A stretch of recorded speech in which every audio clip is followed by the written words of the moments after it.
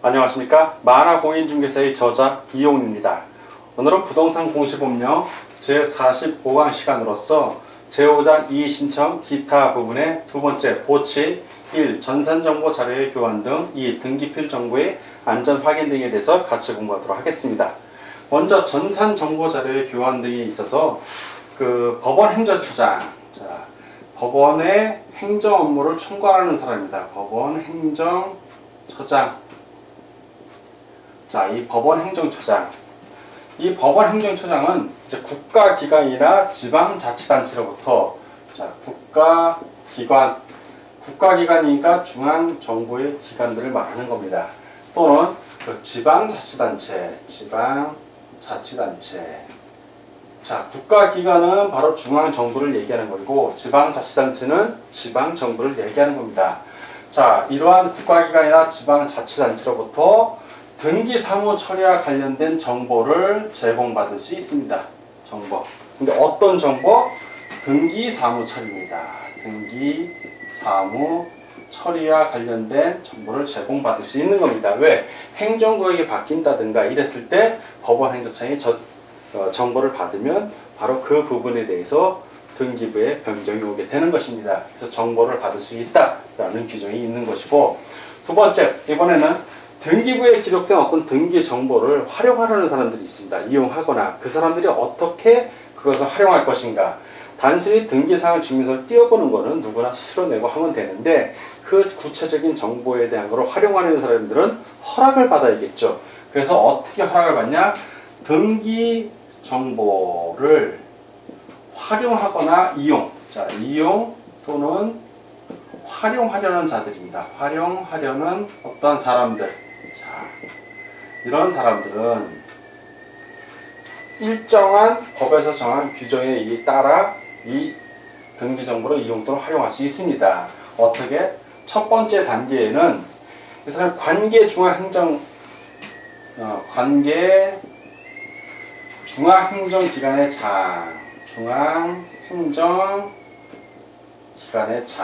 장관을 얘기하는 겁니다. 쉽게 생각을 하면. 장에 뭘 거친다? 심사를 일단 거쳐야 됩니다. 심사를 거치고, 그리고 나서 뭘 한다? 또 법원 행정처장입니다.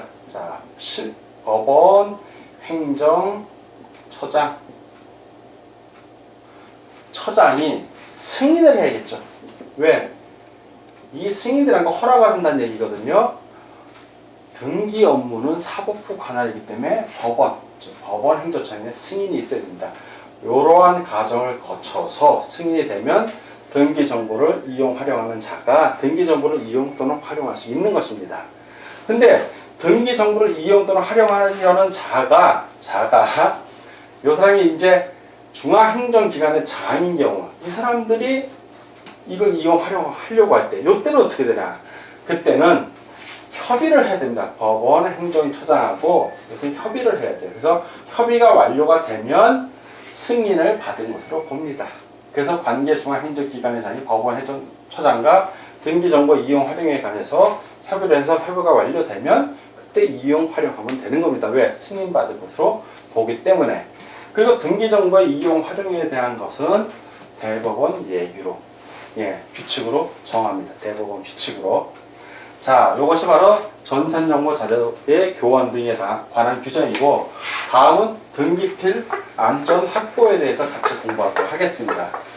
등기필 정보라는 것은 먼저 여러분들이 머릿속에 등기필 정보에 대한 개념이 있어야 돼요. 등기필 정보.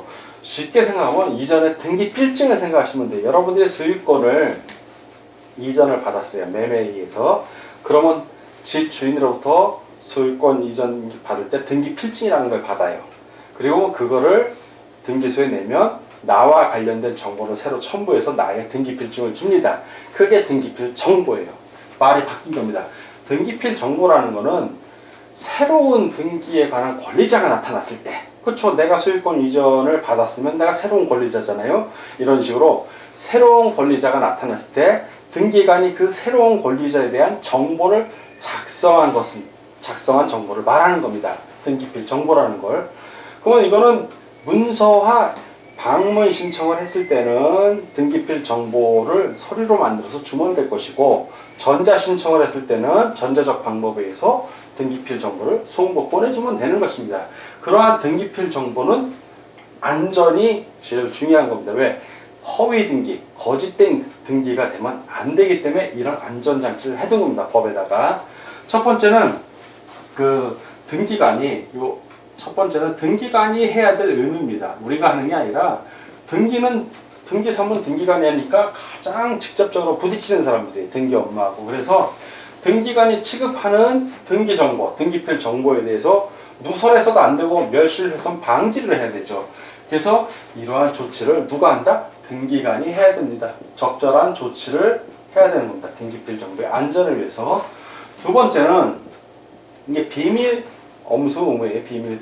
등기관하고 그 외에 이제 등기소에서 부동산 등기 사무에 종사하는 사람들, 등기 업무에 종사하는 사람들, 이런 사람들이 그 직에 있었던 사람들은 그 직에 있을 때도 물론 비밀을 준수해야 되지만 그 직무로 알게 된 이러한 등기필 정보에 대해서 그 비밀을 누설해서는 된다, 안 된다?